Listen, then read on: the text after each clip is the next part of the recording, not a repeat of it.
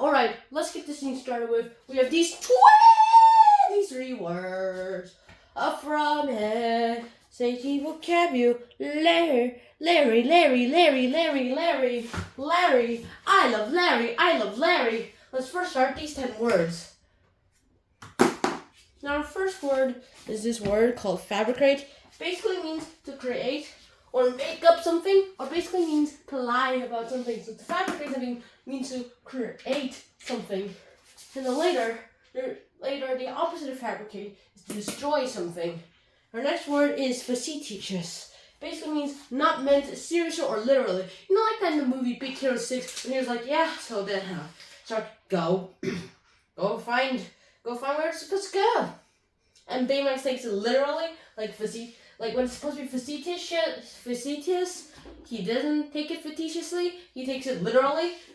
Synonym is basically sarcastic, and adjective is literally. Now, our third word is fallacy. It's a noun that basically means a deceptive or false notion. Basically means to have a little misconception. And so because of that, the fallacy is that the synonym is misconception and the antonym is conception. You have to have a little conception and a misconception. Now, our fourth word is fallible. Fallible is an adjective and it means liable or wrong or false. So like fallible, it basically means to be like faulty. It is supposed to be faulty. You know, like the mythology of Thor. Like, Thor! It's kind of faulty. It's very fallible. And King Arthur is not that faulty, not that fallible itself, but it could be true, it could not be true. It could be just a true tale mixed up with like little facts. Like King Arthur is like, yes, I'm king. I'll return when England needs me the most. And then one day in like centuries when England was being conquered or something, and then there's this random guy who's Christian Arthur who goes ahead and saves all them. He didn't claim it himself, but he didn't say he was King Arthur.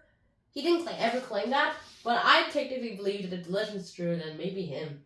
So fallible. The synonym is faulty and the antonym is true. Our next word is felicitous. It's an adjective that basically means apt or appropriate for the occasion. Like, some clothes are not felicitous for school. Felicitous is a synonym for appropriate, and it's an antonym to unappropriate. And now, our sixth word is fervent. Fervent means having or showing the intensity of a spirit. To have that intensity of the spirit basically means you're having a nice time with it. So like a felicitous, the synonym is appropriate and the antonym is unappropriate. Our next word is an adjective called flamboyant. Basically means striking, bold, or brilliant. And it means Elvis is flamboyant, basically means to be flashy, and the antonym is bland. Now our eighth word is flippant. Flippant. Now, flippant is an adjective that basically means frivolous or disrespectful. Hey, you're being disrespectful right now. Get back. And the synonym is irreverent, and the antonym is reverent. Now, our next word is foresight. Foresight is a noun that basically means to carry out provision for the future. So, like, it's a forethought. And the next thing, like the antonym, is hindsight. Our last word is an adjective called formulaic. Now, formulaic is an adjective and it's a synonym to standard, and the antonym is original. So that happens and that works out well. Now it's time for everyone's favorite, math. Who likes math? Raise their hand or shout, me. Oh well, no one? Oh well, here we are anyway. And so it's time to show you what a scatter plot is. Now, a scatter plot is just what the name implies.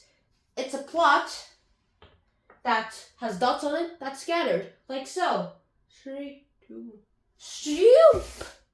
And just like magic, we found out that there are dots. Now, the scatter plot, as you can see, are just dots of data that's scattered above here. It could be it's like a line graph, except there's no lines and there's not that many constraints. 2, there's no correlation based on the time. The scatter plot is basically, in our case, let's say that there's this guy named Pepper, and she wants to like, hey, so we had a lot of tests today. Every class today had a test. So I want to see if there's a correlation to how later you're using the tests and if that's affect your scores at all. And so she did that. Test scores related to period. She took out some data and she wrote it into this table at first. So it ended up with 1, 4, 6, 5, 6, 3 because that was the only one. That was the only one she did, and she just did it in the order of classrooms, so the period itself aren't in order. And then we end up having like, I don't know, let's just say these are the corresponding subjects. And just for funsies, let's just put in the corresponding subjects. Now it's a little messy because I wrote this later words and saw this later words. So here we are. Now we just did this in like order of classes because from like this hallway to that way. So the numbers are not in order.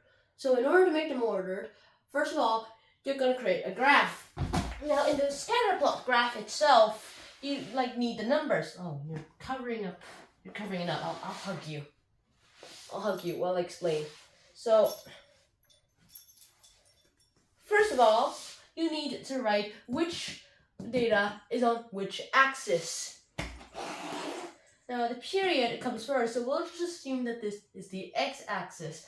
Okay, you know what? You can just go there. Like, stay there. Don't try to bite me.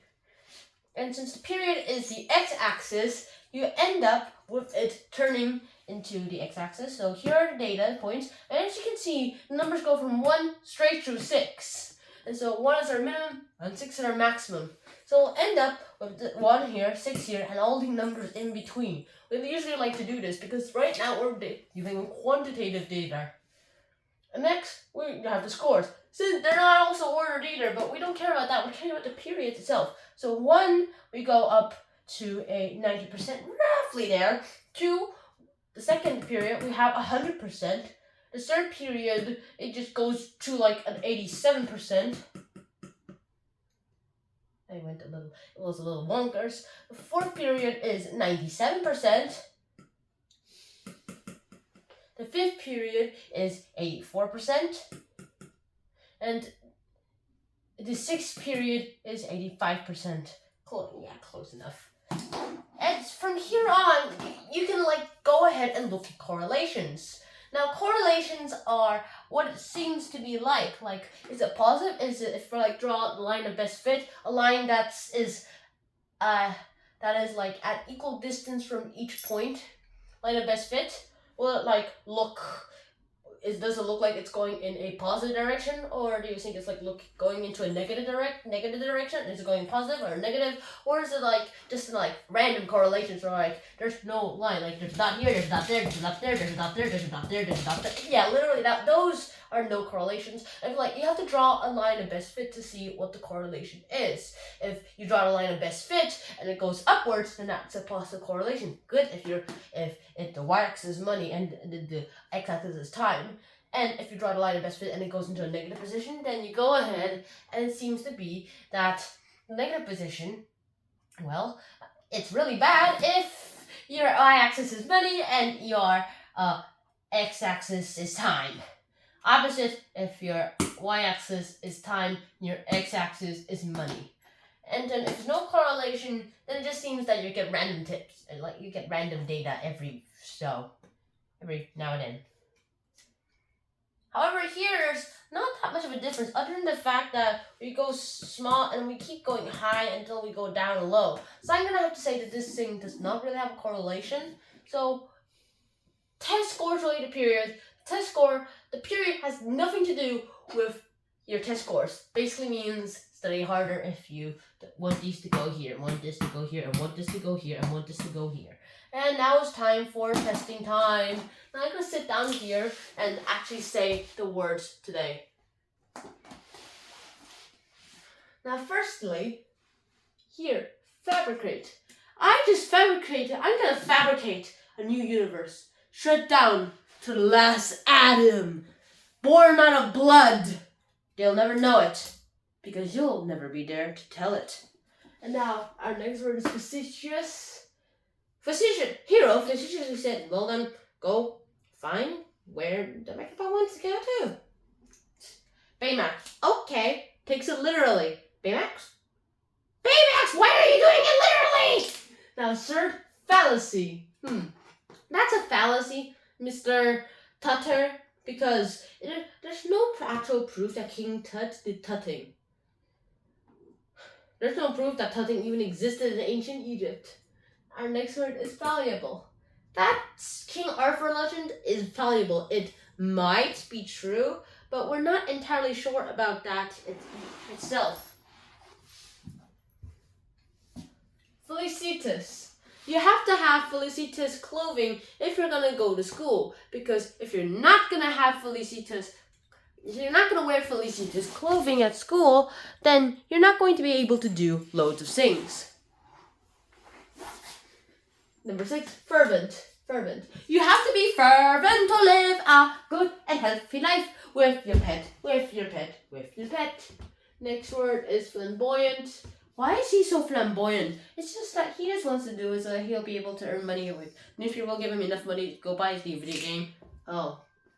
Next word is flippant. Okay. Class, flippant. What does it mean? It means irreverent. That's a synonym. What does it mean? IDK. Fine. Now our next word is foresight. He has the power of foresight, but only about the immediate future, unfortunately. Our last word is formulaic. This is the formulaic formula. It's the standard formula. And now for our scatter plot. We're scattering plots to make a scatter plot. Don't you get it? Now it's time to throw the cards.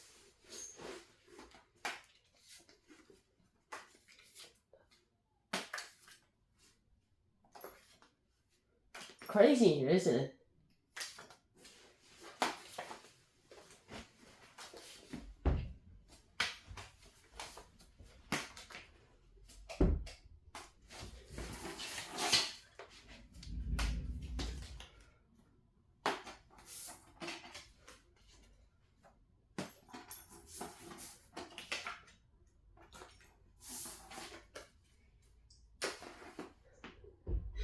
Bye.